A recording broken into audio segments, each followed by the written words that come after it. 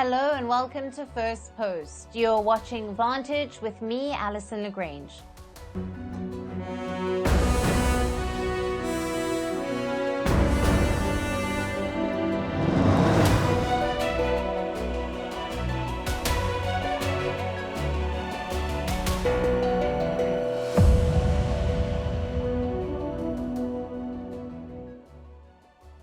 We'll be focusing on Kenya tonight. It is a country in crisis right now. There is violence on the streets of the capital. Even the parliament and public offices have been targeted. The riot cops are also out in full force.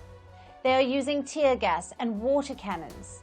To put it simply, Nairobi resembles a war zone. What led to this deadly spike in violence? What is the government doing about it? That's our top story on the show. Meanwhile, in Canada, the Khalistan saga continues. A new media report has exposed the threat of Sikh extremism, especially that of Hardeep Singh Nijjar. It says Nijjar had been placed on a no-fly list. He had also been questioned multiple times by Canadian police.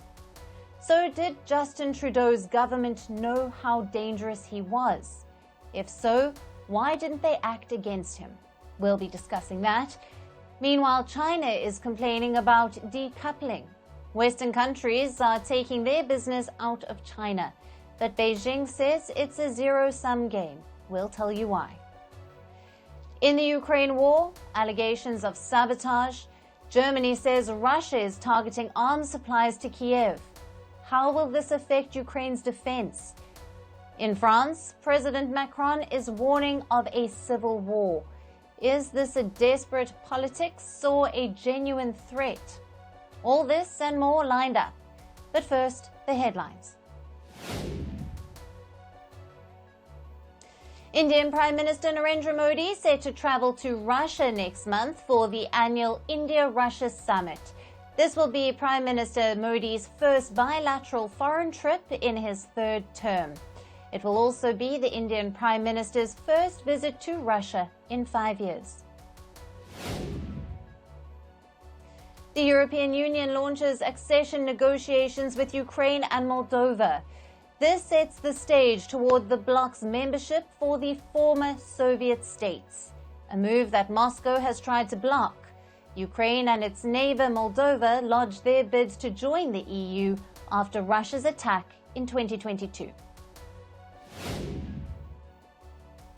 Israel's top court rules that the state must draft ultra-Orthodox Jewish men to military service.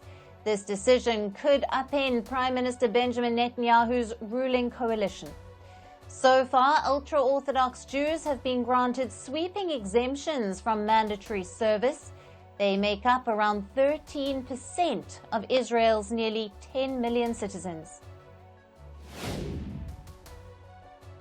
Iran's Supreme Leader Ayatollah Ali Khamenei calls for high participation in Friday's presidential election. The winner will replace Ebrahim Raisi, who died in a helicopter crash last month. Voters have the choice between 6 candidates who were selected by the Guardian Council, which is an unelected body dominated by conservatives. And celebrations erupt in multiple cities in Afghanistan after their cricket team reaches the T20 World Cup semi-final for the first time ever. They beat Bangladesh in a nail-biting quarter-final, and Afghanistan will now face South Africa in the semi-final on Thursday.